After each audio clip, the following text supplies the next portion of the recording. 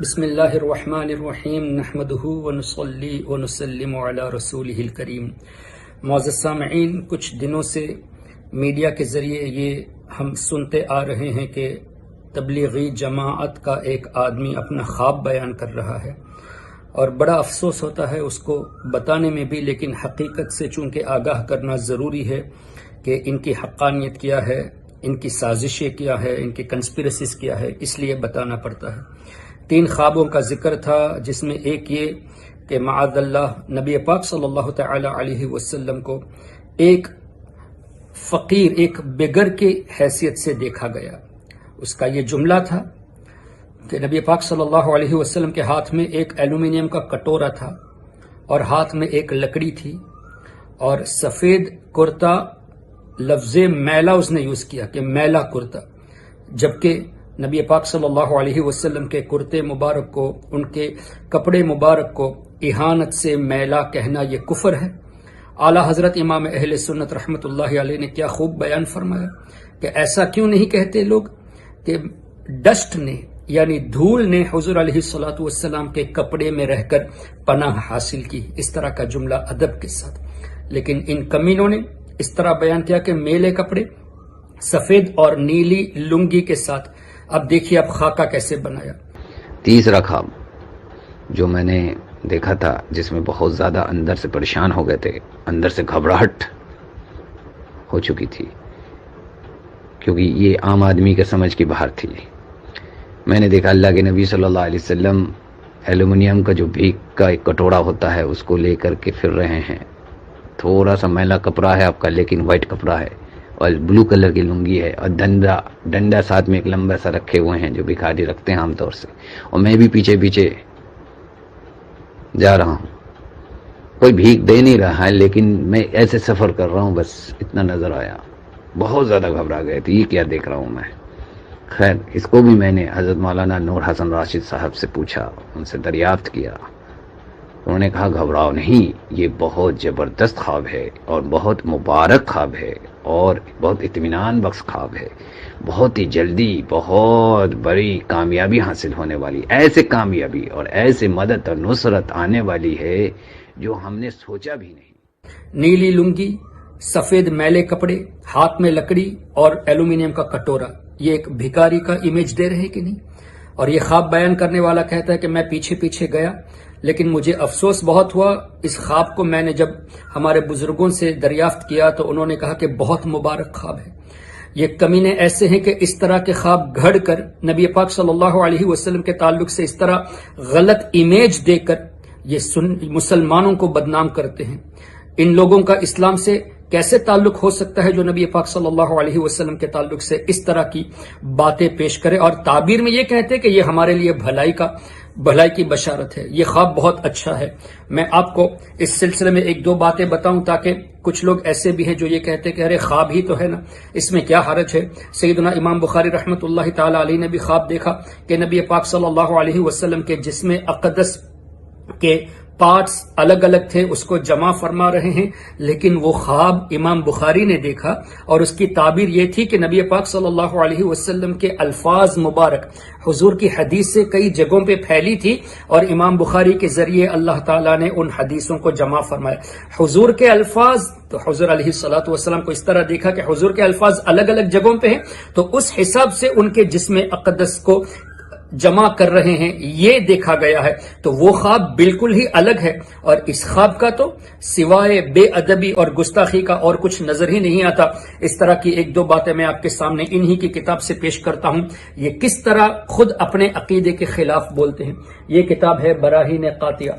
پہلے اس میں آپ دیکھ لیجئے، براہین قاطعہ میں یہاں لکھا گیا ہے، خلیل احمد امبیٹوی نے یہاں بہت کلیئرلی لکھا ہے نبی پاک صلی اللہ علیہ وسلم کے علم کے تعلق سے کہ حضور علیہ الصلوۃ والسلام کو غیب کا علم نہیں دیا گیا، یہاں تک کہ حضور علیہ الصلوۃ والسلام دیوار کے پیچھے کی بات بھی نہیں جانتے۔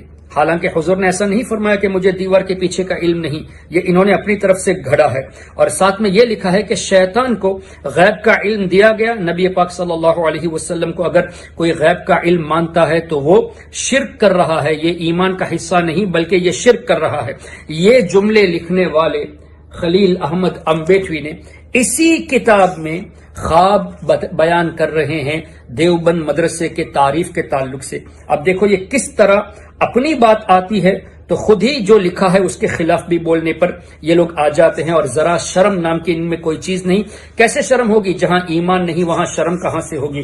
سنیے، یہ بتا رہے ہیں دیوبند مدرسے کے تعریف کے سلسلے میں کہ نبی پاک صلی اللہ علیہ وسلم کو ایک صالح شخص نے دیکھا، ایک نیک آدمی نے زیارت خواب میں کی اور حضور علیہ الصلوۃ والسلام کو دیکھا کہ حضور علیہ السلام اردو میں بات کر رہے ہیں۔ یہ براہین قاطعہ پیج نمبر 30 میں یہ پورا ہائی لائٹ کیا ہوا ہے، پیج نمبر 30 براہین قاطعہ آپ دیکھ سکتے ہیں، اور یہ ہے مکتبہ کتب خانہ امدادیہ دیوبند۔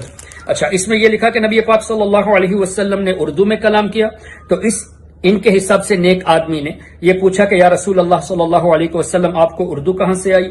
آپ تو عربی ہیں۔ تو حضور علیہ السلام نے اس طرح جواب دیا کہ جب سے علماء دیوبند سے ہمارا معاملہ ہوا، یعنی علماء مدرسہ دیوبند سے جب سے ہمارا معاملہ ہوا ہم کو اردو آ گئی۔ اس طرح کے جملے یہاں لکھے گئے ہیں۔ اب مجھے بتائیے، ایک طرف یہ لکھتے ہیں کہ حضور علیہ الصلوۃ والسلام کو دیوار کے پیچھے کا علم ہے، دوسرا یہ لکھتے ہیں کہ حضور علیہ الصلوۃ والسلام کے بارے میں یہ عقیدہ رکھنا کہ ہمارے آقا غیب کا علم جانتے ہیں یہ شرک ہے، جبکہ شیطان کا علم ثابت کرتے ہیں۔ تو شیطان کو غیب کا علم جاننے والا ماننا شرک نہیں ہے، نبی کو ماننا شرک ہے۔ یہ کیسا قرآن کے خلاف بتا رہے؟ پھر اس خواب کے ذریعے وہ بھی اسی کتاب، اسی براہین قاطعہ میں یہ کمینے اس طرح پیش کرتے ہیں کہ حضور علیہ الصلوۃ والسلام کو اردو نہیں آتی تھی، علماء دیوبند سے رابطے کے بعد لکھا۔ اب مجھے بتائیے، نبی پاک صلی اللہ علیہ وسلم کا وصال شریف 1400 سال پہلے ہوا، ہمارا تو عقیدہ ہے کہ حضور علیہ الصلوۃ والسلام آج بھی اپنی قبر انور میں زندہ ہے، اپنے جسم کے ساتھ موت کا مزہ چکھنے کے بعد آج بھی زندہ ہے، جہاں مرضی ہوتی ہے تشریف لے جاتے ہیں، لیکن ان کا عقیدہ ہے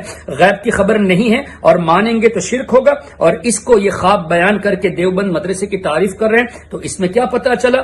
200 سال یا 150 سال پہلے بنا ہوا دارالعلوم کی خبر نبی پاک صلی اللہ علیہ وسلم قبر انور میں رہتے ہوئے رکھتے ہیں، اور علماء دیوبند کے پاس آنا جانا تھا تبھی رابطہ ہوا اور اس رابطے میں اردو سیکھا۔ تو حضور علیہ الصلوۃ والسلام کو دیوبند کے علماء کا شاگرد بنایا اور حضور علیہ الصلوۃ والسلام کو حاضر و ناظر بھی اس میں مانا گیا، اس لیے کہ ظاہر ہے دیوبند کی خبر جو 150 سال 200 سال پہلے بنا ہے اس کی خبر رکھی گئی، تبھی تو مدینہ شریف سے یہاں دیوبند مدرسے میں آئے۔ پھر مزید یہ کہ نبی پاک صلی اللہ علیہ وسلم علم غیب بھی رکھتے ہیں کہ دیوبند کا مدرسہ شروع ہو چکا ہے، وہاں ایسے ایسے علماء ہیں، اس لیے ان علماء سے رابطہ کیا جائے اور اردو سیکھی جائے۔ تو خود ہی اپنی کتاب میں جو لکھا ہے کہ یہ شرک ہے، اور یہ خود ہی یہ لوگ شرک کرتے ہیں۔ اسی طرح ایک اور خواب میں آپ کو سنا دوں، کہنے کا مطلب یہ ہے، کلپ بڑی ہو تو کوئی حرج نہیں، لیکن بات ضرور ہی ہے، اس لیے آپ اس کو ذہن نشی کر لیں۔ کافی چیزیں ہیں لیکن میں اختصار کے ساتھ پیش کرتا ہوں۔ اپنی بات کو کرنے کے لیے، منوانے کے لیے یہ نبی پر بھی جھوٹا خواب گھڑ دیں گے، نبی کے تعلق سے بھی جھوٹا خواب یہ لوگ گھڑ لیں گے۔ اب دیکھو، اس کتاب تذکرۃ الرشید عاشق الہی میریتھی نے لکھا ہے رشید احمد گنگوہی کے حالات کے تعلق سے۔ اس کتاب میں ایک خواب بیان کیا ہے کہ حاجی امداد اللہ مہاجر مکی، پہلی بات تو ہے کہ حاجی امداد اللہ مہاجر مکی رحمت اللہ علیہ ایک بزرگ تھے، ہم مانتے ہیں، لیکن یہ اعلیٰ حضرت امام اہل سنت کو اعلیٰ حضرت کہنے سے کہتے ہیں کہ تم غلط کرتے ہو۔ اعلیٰ حضرت کیسے کہیں گے؟ اعلیٰ حضرت تو صرف نبی پاک صلی اللہ علیہ وسلم ہے، جبکہ اس دور کے علماء کے حساب سے جو بڑا ہوتا ہے اس کو اعلیٰ کہا جاتا ہے، لیکن انہوں نے حاجی امداد اللہ مہاجر مکی کو اعلیٰ حضرت لکھا ہے کہ اعلیٰ حضرت نے خواب دیکھا۔ یہ بھی ایک جھوٹا خواب ہے۔ کیا خواب دیکھا بتاتے ہیں، اس لیے کہ یہ حاجی امداد اللہ نے نہیں کہا، یہ ان لوگوں کا گڑھا ہوا ہے۔ یہ بتا رہے ہیں کہ حاجی امداد اللہ مکی نے خواب دیکھا کہ ان کی بھاوج مہمانوں کا کھانا پکا رہی تھی، اور اس میں نبی پاک صلی اللہ علیہ وسلم خواب میں تشریف لائے اور بھاوج سے فرمایا، اٹھ، تو اس قابل نہیں کہ امداد اللہ کے مہمانوں کا کھانا پکائے، اس کے مہمان علماء ہیں، اس کے مہمانوں کا کھانا میں پکاؤں گا۔ نبی پاک صلی اللہ علیہ وسلم نے یہ بتایا کہ حاجی امداد اللہ کی بھاوج، تو کھڑی ہو جا، تم اس لائق نہیں کہ حاجی امداد اللہ کے مہمانوں کا کھانا پکائے، بلکہ اس کے مہمان علماء ہیں، میں کھانا پکاؤں گا۔ اس خواب کو یہ فٹ کر رہے ہیں قاسم نانوتوی پر، یعنی قاسم نانوتوی جس نے نبی پاک صلی اللہ علیہ وسلم کے تعلق سے یہ لکھا کہ حضور اگر انبیاء کرام میں ممتاز ہے تو صرف علوم میں ممتاز ہے، رہا عمل تو کبھی کبھی امتی حضور کے برابر ہو جاتا ہے، کبھی عمل میں حضور سے بڑھ جاتا ہے۔ وہ یہ اب اس کی تعریف میں یہ کہا جا رہا ہے۔ اور اسی تحذیر الناس میں قاسم نانوتوی نے لکھا کہ نبی پاک صلی اللہ علیہ وسلم کے زمانے میں یا ان کے بعد کوئی نیا نبی آ سکتا ہے جو قرآن اور حدیث کے خلاف عقیدہ ہے۔ تو ایسے غلط عقیدے والوں کے تعلق سے اپنا چرچا کرانے کے لیے یہ کہہ رہے ہیں کہ قاسم نانوتوی کا وہ مرتبہ ہے کہ حضور علیہ السلام نے حاجی امداد اللہ کی بھاوت سے کہا کہ اس کے مہمان کا کھانا پکانے کے لیے تمہیں کوئی حق نہیں، تم اس لائق نہیں، میں کھانا پکاؤں گا۔ دیکھو کس طرح حضور علیہ الصلوۃ والسلام کی شان کو گھٹا کر اپنے علماء کا بیان کرتے ہیں۔ تو تب یہاں حضور کو کیسے پتا چلا کہ قاسم نانوتوی آنے والا ہے حاجی امداد اللہ مہاجر مکی کے یہاں 150 سال یا 200 سال پہلے، اور ان کا عقیدہ ہے کہ حضور نہ علم غیب رکھتے ہیں، نہ حاضر و ناظر ہے، نہ غیب کی خبر رکھتے ہیں، اور یہ خود ہی اس طرح کی بکواسیں لکھتے ہیں۔ تو اس سے کیا پتا چلا؟ یہ اپنا چرچا کرنے کے لیے اس طرح کے جھوٹے خواب گڑتے ہیں۔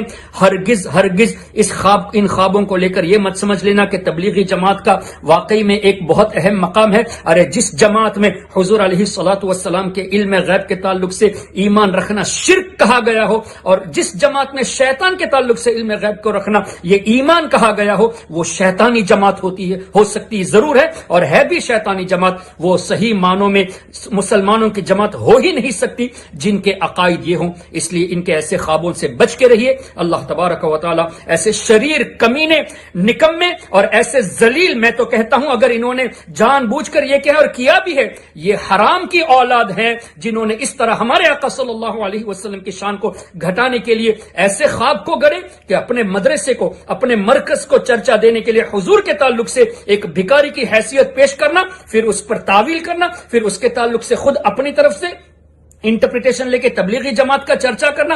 ارے جس جماعت نے اللہ تعالیٰ کو جھوٹا ثابت کر دیا کہ اللہ جھوٹ بول سکتا ہے، جس جماعت نے حضور علیہ الصلوۃ والسلام کے تعلق سے اس طرح کی باتیں لکھی کہ حضور کو پیٹھ کے پیچھے کی خبر نہیں، دیوار کے پیچھے کی خبر نہیں، جس جماعت نے یہ لکھا کہ نبی پاک صلی اللہ علیہ وسلم کا خیال نماز میں آ جائے تو اس سے نماز بیکار ہو جاتی ہے، بلکہ اس سے تو یہ بہتر ہے کہ اپنے گدھے کا خیال کرے، اپنی گائے کا بیل کا خیال کرے، اور اپنی بیوی کے ساتھ جو تعلق ہوتا ہے اس کا خیال کرے، یہ حضور کے تذکرے سے بہتر، حضور کے خیال سے بہتر۔ ایسی جماعت کی ہم تائید کریں؟ ہرگز نہیں، جب تک یہ توبہ کر کے سنی صحیح العقیدہ نہیں آ جاتے ہم ہرگز ان کی تائید نہیں کریں گے۔ کوئی ہماری اس بات کو برا نہ مانے، جو مسلمانوں کے نام پر اسلام کے خلاف بکواسیں کرتے ہیں، یعنی اسلام کے خلاف باتیں کرتے ہیں، ہمارے آقا کی بے عزتی کرتے ہیں، اللہ تعالیٰ کی شان میں اس طرح کی باتیں کرتے ہیں، وہ مسلمان نہیں ہو سکتے۔ اس لیے ہماری طرف سے ان کی تائید کی کوئی امید بھی نہ رکھے۔ ہم چاہتے ہیں اور ہم حکومت سے بھی یہ مطالبہ کرتے ہیں ایسے لوگوں کو کڑی سے کڑی سزا دی جائے جو اسلام کو بھی بدنام کرتے ہیں اور اسلام کے آڑ میں پوری امت مسلمہ کو اور پورے ممالک کو یہ لوگ غلط امپریشن دے کے سب کو برباد کرنے کی کوشش کرتے ہیں۔ اللہ تعالیٰ ایسے ذلیل کمینے حرامیوں سے اللہ تعالیٰ ہم سب کی حفاظت فرمائے۔ السلام علیکم ورحمۃ اللہ۔ منافق ہے، گندا ہے بلوا، غلاظت کا بلکہ بلندا ہے بلوا، جہنم پہ نام اس کا کندہ ہے بلوا، جو مردہ کہے تم کو